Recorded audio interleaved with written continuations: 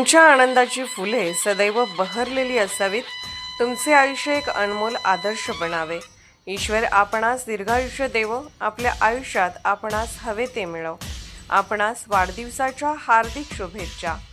दोस्ती दुनियेतला राजा माणूस अक्षय भैया कदम उर्फ DK कोल्हापूर यांना वाढदिवसाच्या कोटी कोटी शुभेच्छा.